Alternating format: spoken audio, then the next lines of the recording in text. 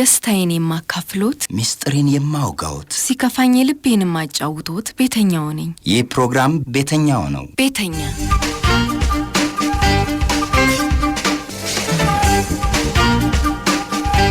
ውድ አድማጮች እንደተለመደው ዛሬም ባለ ታሪክ ይዣለሁ። ይህች ባለ ታሪኬን ያገኘዋት እልልታ ወመን አት ሪስክ ውስጥ ስልጠናዎችን ስትወስድ ነው። ባለ ታሪኬ እንደነገረችኝ 7 እህትና ወንድሞች አሏት። በገጠር ከእናትና ከአባቷ እንዲሁም ከእህት ወንድሞቿ ጋር ደስ የሚል ህይወት እንዳሳለፈች ነግራኛለች። ያሳለፈቻቸውን ነገሮች ሁሉ ልትነግረን ልታጫውተን ዝግጁ ሆና እየጠበቀችን ነው። ታሪኩን እንድትከታተሉት በአክብሮት እጋብዛለሁ።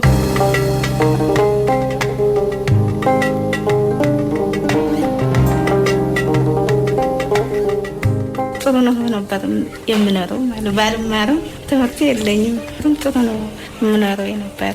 የሚማሩ አሉ ግን እኔ የመጨረሻውኝ ከብት እያስጠበቁኝ የቤት ስራ ማለት ነው። የከብቶቹን ትንላለው አጸዳለው አሰማራለሁ እኔ ነኝ የምሰራው። ለዛ ነው ያልተማርኩት። እህት ወንድሞቼ ተምረዋል ጨርሰዋል ነው እነሱ። እኔ ነኝ ያልተማርኩት። አላስበውም ስለመማሩ ያው ስራ ነው እንጂ አላስበውም ነበር።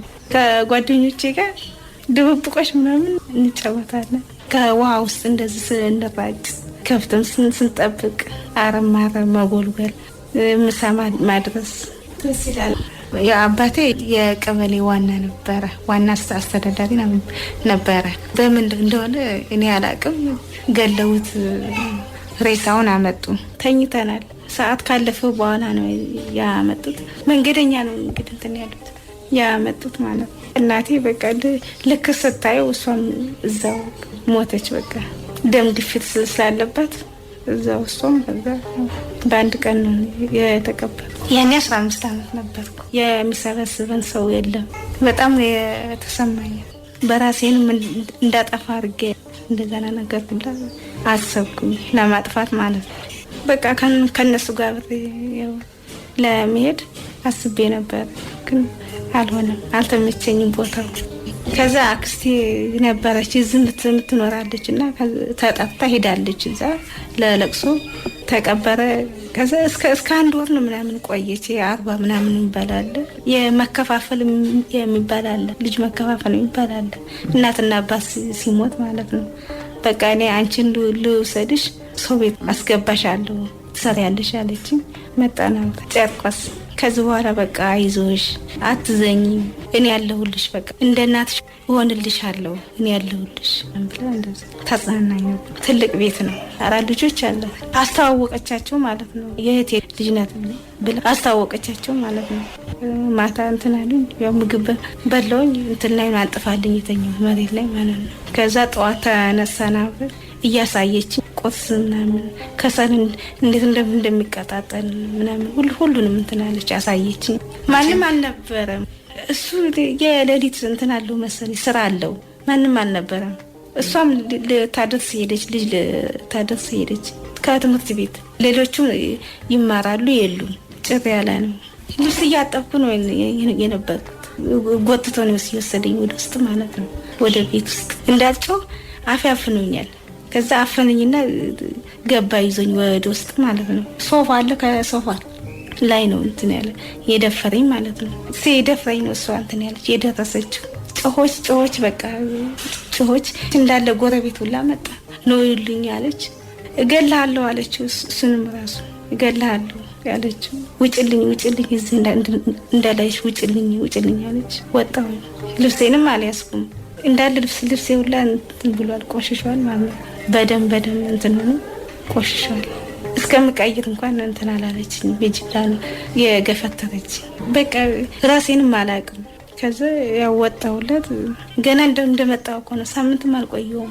ወዲያው ነው ጎዳና አደርኩኝ። 1 ሳምንት ነው እንደዛ አደርኩኝ ውጭ ላይ ማለት ነው። ተለማምጄ ጎዳና ከሚያድሩት ጋር 1 ሳምንት አደርኩ። አንዷ ወሰደች ዝም ብላ ማለት ነው። ከሷ ቤት እጅ ገላዬንም የሷን ልብስ ሰታኝ ቀይሬ ሳይከፈለኝ መስራት ጀመርኩ ማለት ነው። ሳትከፍለኝ እንደዚህ በነፃ። ከዛ ለ4 ዓመት ነው ምናምን ቆየሁ ከሷ ቤት ማለት ቆይቻለሁ ሳይከፈለኝ ማለት ነው። ግን ልብስ ትገዛልኛለች፣ ጫማም ቅባትም ትገዛልኛለች እንጂ አትከፍለኝም ነበር። ይሻለኛል አልኩ፣ ከአክስቴ ቤት ይሻለኛል አልኩኝ። በቃ ባይከፈለኝም ደስተኛ ነኝ። ከዛ ሸጠችና እንደገና ወደ አምቦ ነው ሄደች። ደላላ ቤት አሳይታኝ ከደላላ ቤት እዛ አፈላልገውልኝ ስራ ገባሁኝ። አሁን ከሰው ቤት አሁን እዛ ስሰራ ቆይቼ አሁን ወጣሁኝ። ሰው እየለመድኩ ሄድኩኝ። ጓደኛም አገኘሁኝ። መከራየት ጀመርን ከጓደኛዬ ጋር ማለት ነው። የቀን ስራ አብረን እየሰራን ጀመርን። የቀን ስራ ማለት ነው ከሷ ጋር የቀን ስራ እንስራ ብላኝ ነው። አሸዋ መሸከም፣ እቃ ማቅረብ፣ ውሃ መቅዳት ነው። እንደሱ ነበር ስሰራኝ ነበር። ከዛ እንደዛ ስንል ባላገባሁኝ እዛው ከሚሰራ አገባሁ። ተከራየን አንድ ላይ በቃ ማለት ነው። አንድ ቤት ሆን ከሱ ጋር ልጅ ወለድን። ከዛ ደገምኩኝ። አሁንም ወንድና ሴት ናቸው። ምንም አይጎልብኝም። ያሟላል። ለልጆች እንኳን አያምናቸውም። ምግባቸው እሱ ነው የሚሰራ። ልብሳቸው አጥቦ እሱ ነው የሚቀይርላቸው። እሱ የሚሰራው እንትን ነው ለሳይ ነው የሚባለው የስሚንቶ እሱ ነው የሚሰራው። ከፎቅ ላይ እንትን እየወጣ ማለት ነው። ከዛ እያለ ልጄ የ10 ዓመት ሆነ። የመጀመሪያ ትንሿ የ3 ዓመት ሆነች። ብዙ ጊዜ ተቀመጥን ማለት ነው። ከዛ መጨረሻው አላማረም፣ አልቀጠለም፣ ተቋረጠ። ቤት መጡ ጓደኞቹ ማለት ነው። እሱ ግን በዛው አድርጎ ነው የሚመረምሩት የወሰዱት። አልመጣም እሱ ቤት ጓደኞቹ ናቸው የነገሩኝ። መጥተው ከ6ኛ ፎቅ ወድቆ ሞተ። በጣም አዘንኩኝ።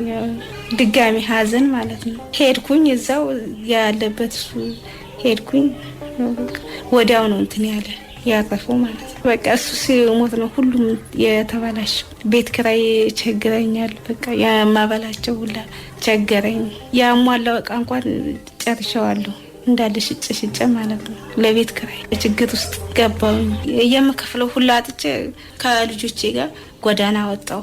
ከዛ ታመሙብኝ። በቃ አንዱ ያስቀምጠዋል፣ ምን ይለዋል። እንደገና ደግሞ ቁስል በሰውነታቸው ላይ ቁስል የምታውቀኝ ናት እሷ ማለት ነው።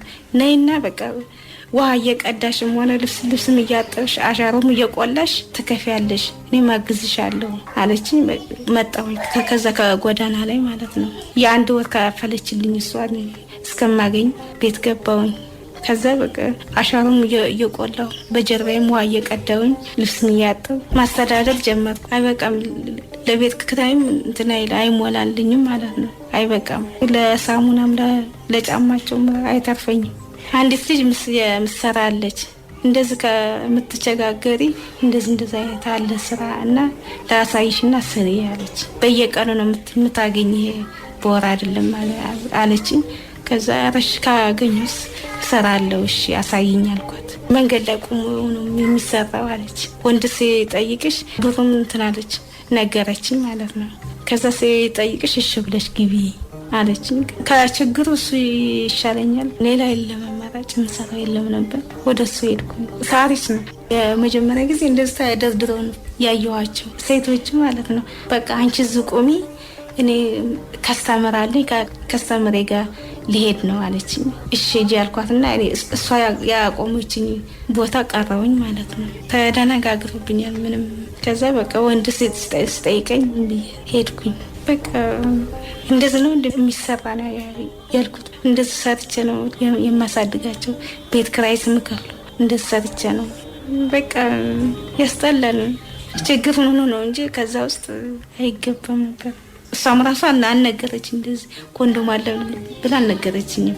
ለ1 ሳምንት ነው ያለ ኮንዶም ስጠቀም የነበረው ማለት ነው። ከዛ እሷ በምን እንደምትጠቀሚው አለችኝ። ዝም ብዬ ነው የምጠቀመው አልኳት። እንዴ ኮንዶም እኮ አለ አሳየችኝ። በእንደዛ አይነት ነው የምትጠቀሚ፣ በሽታ አለ ትታመሚያለሽ። እስከዛሬ የተጠቀምኩበት አልኳት። እሱ እንግዲህ እግዚአብሔር ይጠብቅሽ፣ ግን ከዚህ በኋላ በዚህ ነው የምትጠቀሚ አለችኝ። እሺ አልኳት። ማታ ሂጄ አድሬ ነው የምመጣው። ልጆቼ ሲጠይቁኝ የት ነው የምትሄጂ በዚህ ጨለማ ሲሉኝ እንጀራ አለ የማታ እንጀራ አለ እላቸዋለሁ እንጂ አያውቁም ይሄንን ስራ። ያስጠላል በጣም። የማይማታ ሰው የለም። በቃ ፖሊሱ አለ፣ ጥበቃው አለ። ፖሊሶቹም በቃ ይማታሉ፣ ሞቀም ስለማይፈቀድ ይማታሉ፣ ያስራሉ። ህይወቱ በጣም ያስጠላል። ለልጆቼ እንዳይረባቸው ነው አማራጭ የለም ብዬ እኔ ብጎዳ ነው የሚሻለኝ ብዬ ዝም ብዬ እንትን ያልኩ ባልነገራቸውም እንደው የእናንተ አምላክ አሁንም እየትዳኝ በቃ የገባሁበት ህይወት ጥሩ አይደለምና በቃ የእናንተ አምላክ የእናንተ የዱዳዎች የንጾች እኔስ ኃጢአተኛ ነኝ ቆሻሻ ነኝ የእናንተ አምላክ ግን እግዚአብሔር ይጠብቀኝ ስወጣም በቃ እንደዛ ብዬ ነው የምወጣው ማለት ነው። አላወኩብኝም እስካሁን ድረስ ጠንካራ ናት እሷ ለኛ ብላ ነው እንደዚህ እንቅልፋታ የምታድረው። አባታችን ቢኖር እኮ አትጎዳም ይላል አንድ ጊዜ። ሰውየው ማለት ቆየብኝ ያደረገው ማለት እንዴ አንተ በቃም እንዴ አትነሳም ስለው ምን አባሽ ብር እኮ ነው የከፈልኩት እጨርሳለሁ እንደፈለኩት አለኝ። በዛ አንድ እንትናን ተጣለን መታኝና በጥፊ ነው ግን መታኝ። አለቀስኩኝ እኔም በራሴ እድል አዝኜ አልቅሼ ዝም አልኩ። በቃ አዳር አልነበረም ጊዜያዊ ነበር የገባነው አርጎ ሄደስ እኔ ግን ያው በራሴ አዝኜ ዝም አልኩ። መንገድ ላይ አንድ ነው አናግሮ የወሰደኝ ማለት ነው። አልጋ ቤት ስገባ ቁጭ ብለዋል ሁለት አሉ። ባያቸው የሚወጡ አይደሉም እንዴ አይወጡም እንዴ ስለው ለሱ ይወጣሉ አለኝ። ከዛ ባያቸው እንትን አይወጡም እንዴ ስለው ድወጡ ባይወጡ ምን አገባሽ አንቺ እነሱ በከፈሉት የአልጋው አለኝ። እንዳልወጣ ተቆልፏል። ያለኝ አማራጭ እንግዲህ እግዚአብሔርም የልጆቼ አምላክ ካወጣኝ ያውጣኝ ካላወጣኝም በቃ ምን ማድረግ አልችልም ብዬ ከዛ አንዱ እንደዚህ በጨርቅ አፌ ፍናረገኝና ደፈሩኝ ማለት ለሶስት ነው። አንዱ ስጨርስ እንደገና ደግሞ አንዱ ስጨርስ አንዱ እየደገሙ ልተፋ እንኳን ስል ዋጭ እያሉ እየመቱኝ ጩቤ እያሳዩኝ ማለት ነው። ዋጭ እያሉ እያስፈራሩ እየመቱኝ እንዴት አደርጋለሁ? ምን እላለሁ እንግዲህ የታዩኝ ልጆቼ ናቸው። ሰው እንኳን የላቸው ወይኔ በቃ እንግዲህ እተርፋለሁ ብዬ ከልጆቼ ጋር መገናኛለሁ አላሰብኩም ነበር። ከጨረሱ በኋላ በቃ አስወጡኝ። በራሳቸው ጊዜ ወጡ። በር እንኳን አልሰጡኝም። ከዛ ወጥቼ በቃ አለቀሱኝ። ምግብም በቃ እንዴት አድርገለው ያልበላልኝ ማህፀኔን እንዳለ ያመኛል ይወጋኛል። ከህይወት ውስጥ ያስገባችን ነገርኳት። በቃ በጣም አዘነች። እሷም ውሃ እያሞቀች ምን እያለች እንክታጠቢ ምናምን እያለች በሞቀና በጨው እንትን እያልኩ እያጠብኩ እያልኩ ዳንኩኝ። ሽንቴ ለመሽናትም ራሱ በግድ አላሸናም ብሎኝ ማለት ህመም አለው በቃ ይወጋኝ ነበር። ለሁለት ወር ምናምን ተኛውኝ ማለት ያሳክከኛል። ሳከው በቃ የራሴም እንትን አይለኝም የራሴም አይመስለኝም በቃ ደም እስከመወጣው ነው የማከው። ከዛ ቆስል ይላል። በአንድ ወር ነው ምናምን ሂጄ ስመረመር አባላዘር አለብሽ አሉኝ። መድኃኒት እየወሰድኩ ነው እስካሁን አልተወኝም። መድኃኒቱ ስወስድበት ግን ትንሽ እንትን ይላል ይሻለኛል። ትንሽ መርፌም አለው የሚዋጥም አለው እሱ እየወሰድኩ ነው ያለው። አሁንም እየወሰድኩ ነው። አመት ከ6 ነው እንትን ያልኩት የሰራው ማለት ነው። ከዛ እንግዲህ እግዚአብሔር ቀኑ ደረሰ መሰል እነዚህ ያመጡልኝ ሰዎች አመጡልኝ ማለት ነው። አምጥተው ወረቀት ሰጡኝ። ማታ እዛ ቁሜ ማንበብ እንደውም እኔ አልችልም። ልጄ ስለምታነብ እሷ ናት እዚህ ያመጣችኝ። እልልታ የማህፀን ካንሰርም ኤችአይቪም የእርግዝናም አስመረመሩን። የአባላዘር ብቻ ነው እንጂ የለብኝም። ደስ ነው ያለኝ በጣም። እንደዛ ሁላ አድርገውኝ እንዴት አይኖርም ኤችአይቪ አለ ብዬ ነበረ። እኔ ግን የለብሽም አሉ። ስለኔ ይቅርና ማለት ነው በቃ ስለ ልጆቼ ከትልቅ ደረጃ ላይ ደርሰውልኝ በቃ እነሱ ከትልቅ ላይ ደርሰውልኝ ተምረውም ጨርሰው በቃ ከትልቅ ላይ ወልደውም ብሎ በቃ ስለነሱ ማየት ነው የምፈልገው።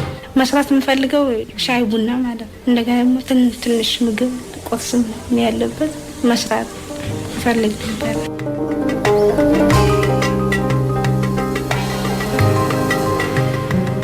ውድ አድማጮች የባለ ታሪካችንን የህይወት መስመር ያጋጠሟትን ነገሮች እንዴት አያችኋቸው? ለዚህች ልጅ የሴተኛ አዳሪነት ህይወት አስተዋጽኦ ያደረጉ ነገሮችስ ምን ይመስሏችኋል?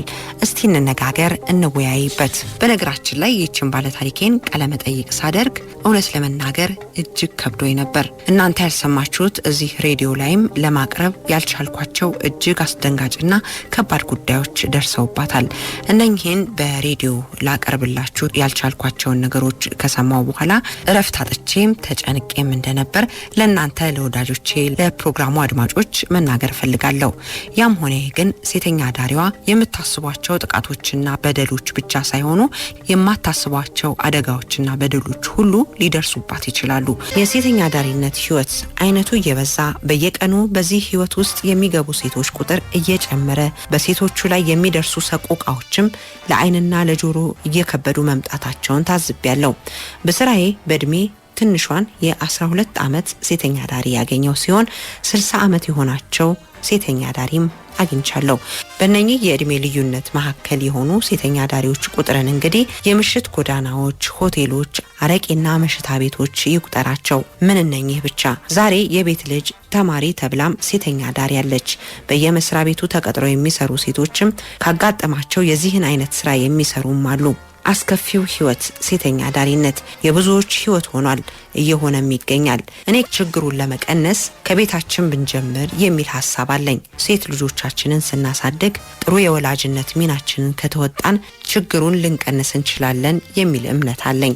ጥሩ ወላጅ ለመሆን ልጆቻችንን ከሴተኛ አዳሪነት ህይወት ለመታደግ የወላጅነት ሚናችንን እንዴት መወጣት አለብን? እንግዳ ጋብዣለሁ። እንግዳዬ አቶ አትንኩት ዘውዱ ይባላሉ። ክሊኒካል ሳይኮሎጂስት ሲሆኑ ፒኤችዲያቸውን በጅማ ዩኒቨርሲቲ በካውንስሊንግ ሳይኮሎጂ እየተማሩ ነው። በአምቦ ዩኒቨርሲቲ በመምህርነት እየሰሩም ይገኛሉ። ጥሩ ቁም ነገሮችን ተለዋውጠናል። ወላጆች እንግዲህ በሁለት አይነት መንገድ ነው የምናየው። ልጆች የሚያስፈልጋቸውን ድጋፍ እና እንክብካቤ የሚያስፈልጋቸው መንገድ መስጠትና በሰጡት ልክ ደግሞ መቆጣጠር። ስለዚህ ከዚህ አንፃር ከዚህ ከሁለቱ ዳይሜንሽን አንፃር አራት አይነት ያስተዳደግ ስነ ዘዴዎች አሉ። አንደኛው ያስተዳደግ ስነ ዘዴ የምንለው ይሄ ምክንያታዊ የሆነ ወይም ደግሞ አውቶሪቴቲቭ ፓረንቲንግ ስታይል የሚባለው። ስለዚህ አሁን እነዚህ አይነት ልጆች ምንድነው ልጆች የሚያስፈልጋቸውን ነገር በሙሉ ወላጆች ያቀርባሉ፣ ህጎች ወላጆች ያወጣሉ፣ ድጋፍ በሚያስፈልጋቸው ሰዓት ወላጆች የሚያስፈልጋቸውን ድጋፍ ይሰጣሉ። በሰጡት ልክ ደግሞ ምን አይነት ለውጥ እየመጣ እንደሆነ ይከታተላሉ ማለት። ጥፋት ሲኖርም በጠረጴዛ ዙሪያ ይወያያሉ። እንደዚሁም ደግሞ የወጡት ህጎች ምክንያታዊነታቸውን ለልጆች ያስረዳሉ። ስለዚህ ልጆች ራስን ችሎ የማሰብ ራስን ችሎ የመወሰን ኃላፊነት የመውሰድ ነገር ከልጅነታቸው እየተለማመዱ ይመጣሉ ማለት ነው። ስለዚህ ይሄ አይነት ያስተዳደግ ስነ ዘዴ ልጆች በጣም በራሳቸው የሚተማመኑ ለሚሰሩት ተግባራት ኃላፊነት የሚወስዱ በአስቸጋሪ ሁኔታ ችግርን የመቋቋም አቅማቸው ከፍተኛ ይሆናል ማለት ነው። ስለዚህ እንደነዚህ አይነት ልጆች ተስፋ ያላቸው ንቁ ችግርን መፍትሄ መስጠት የሚችሉ በራሳቸው ችሎታ ድጋፍ ሲያስፈልጋቸውም ያለምንም መሸማቀቅ ከሚፈለገው ሰው ድጋፍ የሚጠይቁ ናቸው። ስለዚህ በልጆችና በወላጅ መካከል ያለው ግንኙነት መናበብ፣ መረዳዳት፣ መተማመን ያለበት ነው ይሄ ቤተሰብ። ለዚህ ይሄንን የሚተገብሩ ወላጆች ልጆችን በቤተሰባዊ ያኗኗር ዘይቤ ላይ ያሳትፋሉ። ስለዚህ ልጆች በጋራ ልዩ ልዩ ጊዜን ስለሚያሳልፉ፣ ስለሚነጋገሩ፣ ስለሚቀራረቡ ለአቻ ግፊት አይዳረጉም። ከቤተሰብ አልፈው የሌላውን ሰው እርዳታ የመጠየቅ እድላቸው ዝቅተኛ ነው። እስቲ ይሄንን ነገር ምናልባት ከዚህ እኛ ካነሳ ነው የሴተኛ አዳሪነት ህይወት ጋር እንመልከተው። እስቲ ከዚህ አይነት አስተዳደግ ያፈነገጠ አስተዳደግ ወደ ሴተኛ አዳሪነት ምናልባትም ሊገፋ ይችላል ማለት ነው። በደንብ በተቃራኒው ደግሞ ስንሄድ ሁለተኛው አይነት ያስተዳደግ ስነ ዘዴ የምንለው አምባገነናዊ የሚባለው ያስተዳደግ ስነ ዘዴ ነው። ወላጆች አቋመ ግትር፣ ጨቋኝ የሆነ እኔ ያልኩት ይሁን አይነት የሚሉ። ያ ማለት ምንድነው? ለልጆች ብዙ ህጎችን ያወጣሉ። ነገር ግን ልጆች የሚያስፈልጋቸውን ድጋፍና የሚያስፈልጋቸውን እርዳታ፣ ፍቅር አይሰጡም ማለት ነው። እንደነዚህ አይነት ወላጆች ምን ይባላሉ? ያዛዥ ታዛዥ የሆነ ላይክ ከወላጅ ወደ ልጅ የሚተላለፍ ትዕዛዝ ነው እንጂ ልጆች ተሳትፎ የሌለበት ማለት ነው። ስለዚህ አሁን ለልጆች ደብተር፣ እስክርቢቶ፣ ልብስ ሳይገዙ ልጆች ከፍተኛ ውጤት እንዲያመጡ የሚጠብቁ ናቸው። ለራሳቸው ክብር ከፍተኛ ቅድሚያ የሚሰጡ ናቸው ወላጆቹ ማለት ነው። ስለዚህ ጥቃቅን የሆኑ ስህተቶች ሲኖሩ ለዱላ የሚቸኩሉ ናቸው። እንደነዚህ አይነት ቤተሰብ ላይ የሚወጡ ልጆች በራሳቸው የማይተማመኑ፣ የሚፈሩ፣ የሚሸማቀቁ፣ አሁን ስድብን ፍራቻ፣ ጥላቻን፣ ዱላን ፍራቻ ከገጠር ወደ ከተማ ሊሰደዱ ይችላሉ። በዚህም ራሳቸውን ወደ ጎዳና ህይወት ከዛም ወደ ሴተኛ አዳሪነት ህይወት ሊገቡ ይችላሉ ማለት ነው።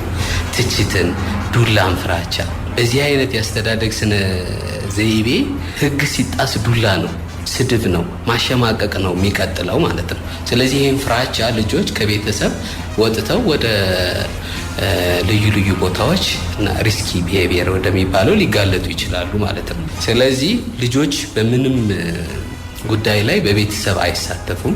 ስለዚህ ወላጅና ልጅ ያላቸው ግንኙነት ጥብቅ አይደለም፣ አይተዋወቁም። ብቻ የወላጅ ትልቁ ትኩረቱ ምንድነው?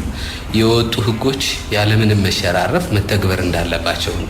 ነገር ግን ያ ህግ እንዲተገበር ግን ልጆች የሚያስፈልጋቸውን ድጋፍ፣ እንክብካቤ፣ ፍቅር፣ ግብአት አያቀርብም። አምባገነን ያሰኘው እሱ ነው።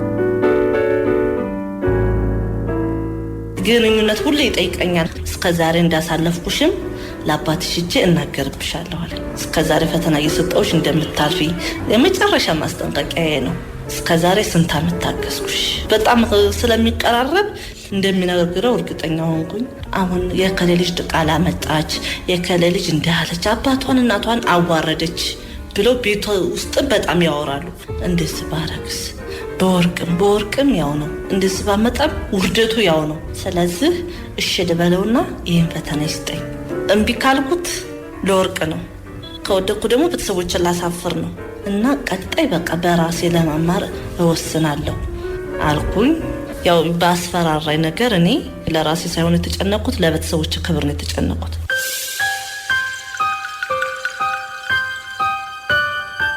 እንደገባን ሻይ ነው የሰጠኝ። ከዛ በኋላ እያጫወተኝ እየመከረኝ እንደዚህ እያደረገኝ እያጫወተኝ እየመከረኝ ከዛ በኋላ ትዝ አይለኝም የተፈጠረው ነገር። ምን ልሁን የማስታውሰው ነገር የለም። ምን ይስጠኝ የማውቀው ነገር የለም። ከቆይታ በኋላ ስነሳ ነው ራሴን በደም እንትን ብዬ እሱም ብቻ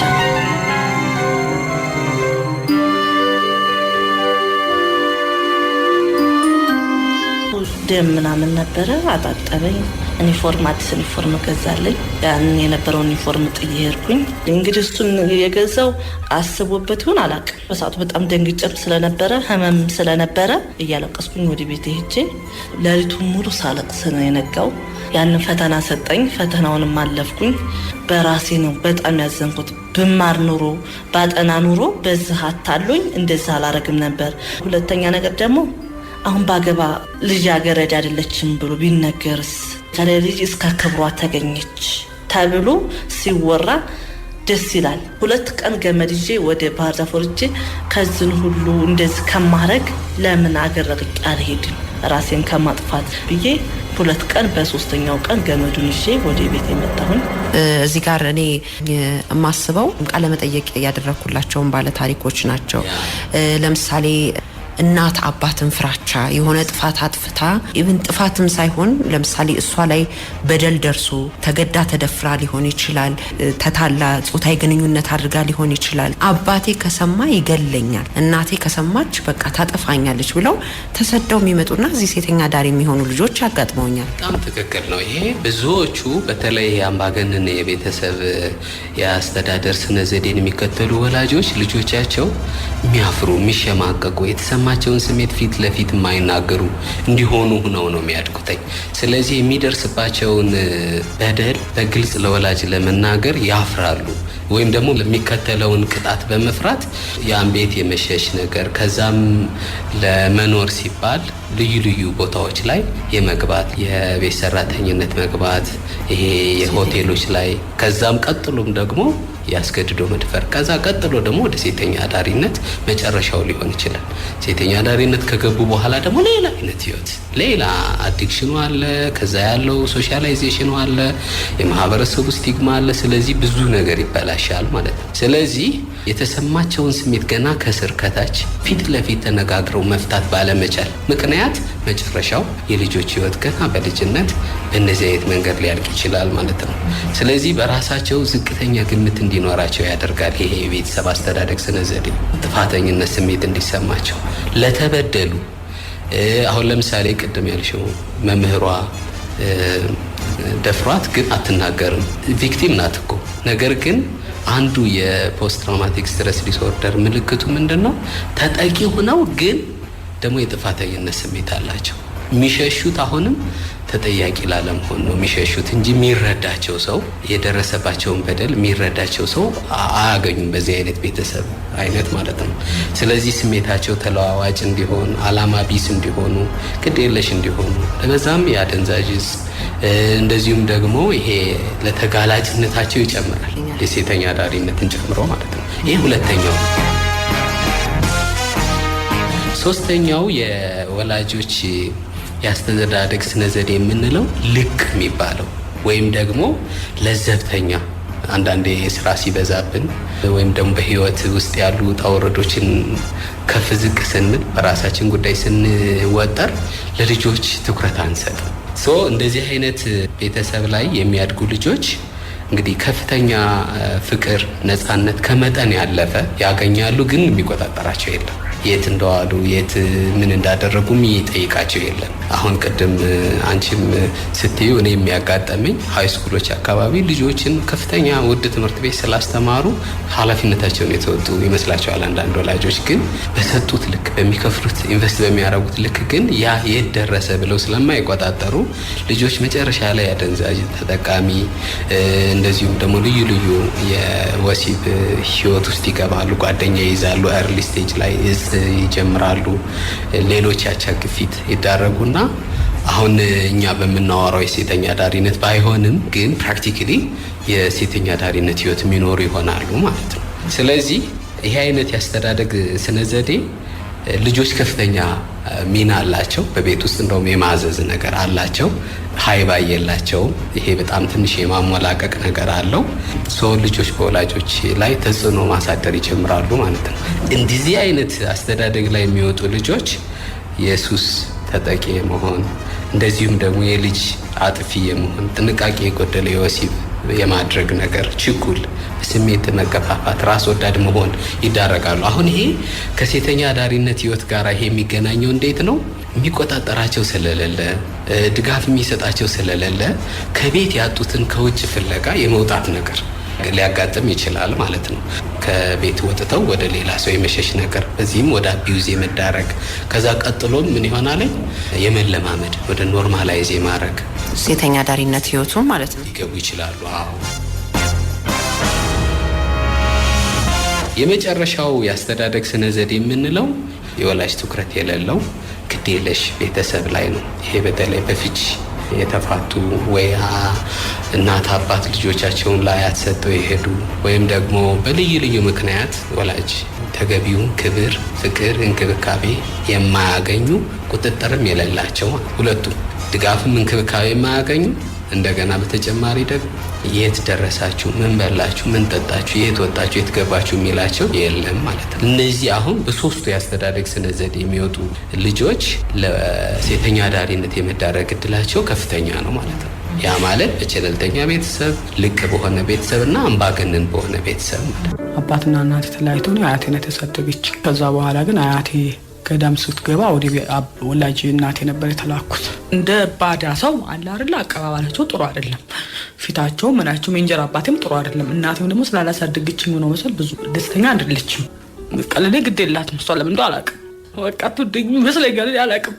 አትፈልገኝ ገባ ሄዳ ነበር ወላጅ እናቴ ማለት ነው። አቤዱ ብለው ትልቅ ሰው ይራቸው የሱ ታላቅ ወንድም ነው ይሻለው መጣ አዛባ ይዛኩ ነበር እና ሰውን በአካባቢው የለም ይዛለት ግማሹ ምርሻ ሄዷል፣ ግማሹ የሆነ ቦታ ሄዷል። በቃ መጣና እንቅና ያርገኝ ዛዛባው ጋር እንደዚህ ይዛኩ ማለት ነውና ትዚህ ላይ ጋር እግሬ ሁሉ እንደዚህ ዳለ። ግን ያን ነገር ያረጋኛል ይፈርቻ አይደለም ልቃ የሆነ ሊጥላይ ነው የሆነ ቦታ ሊወስድ ሄዶ ነው ሐሳቢ ገና ደፈረ መደሳት አልቻልኩም። አጎዛው ላይ ተኛው ዘይ ደፈረኛ አጎዛው ላይ ደንበደም ማለት ከዛ እናቴ መጣች ለማሳየው አቶ ወላጅ እናቴ ለባድ ሰው ታሪክ ልሻለው ላውላ ላይ ግራ አወራው ለእናቴ ነገርኳት። እናቴ ድርባች የተነሳት ጋር አልፈታል አልበትም ባርፈሽ ተቀበጭ ለባድ እንዳታወራል እንጂ ከከዛው ብቻው ነው ብላቆኩ ይበሳቃቆኩ በቃ ተናገርኩም ለሌላ ሰው ብለሷ ተነግራ ለገጻት ላይ ዝባልኩኝ። በጣም ብዙ ጊዜ ገደል ነበር የሚሄደው ግን እኔ ብቻ ሰው ብርቱ ነው አልሞትኩም። በቃ ውስጤ እንደዛ ነው። ከዛ ግን መጨረሻ ላይ መምጣት በቃ ወደዚህ ጋር መሄድ እንዳለብኝ ያወቅኩት ገባች። ወደዚህ ማለት ነው አዲስ አበባ በቃ ወጣሁ። ውድ አድማጮች ቀደም ሲል የቀረበውን ፕሮግራም የቀረበውን ዝግጅት እንዴት አያችሁት? በተለይ ወላጆች ሴት ልጆቻችንን ስናሳድግ እንዴት ባለ መንገድ ማሳደግ ይኖርብናል። ከአስከፊው የሴተኛ ዳሪነት ህይወት ልጆቻችንን ጠብቀን በማሳደግ ረገድ ሚናችን ምን መሆን አለበት? ይህንን ጉዳይ በከፊልም ቢሆን ፕሮግራሙ የመለሰላችሁ ይመስለኛል። ሳምንትም እንቀጥላለን። የፕሮግራሙ አዘጋጅ ሶስና ተስፋዬ ነኝ። መልካም ቀን ይሁንላችሁ። ሰላም ዋሉ። ደስታዬን የማካፍሎት፣ ሚስጥሬን የማውጋዎት፣ ሲከፋኝ ልቤን የማጫውቶት ቤተኛው ነኝ። ይህ ፕሮግራም ቤተኛው ነው። ቤተኛ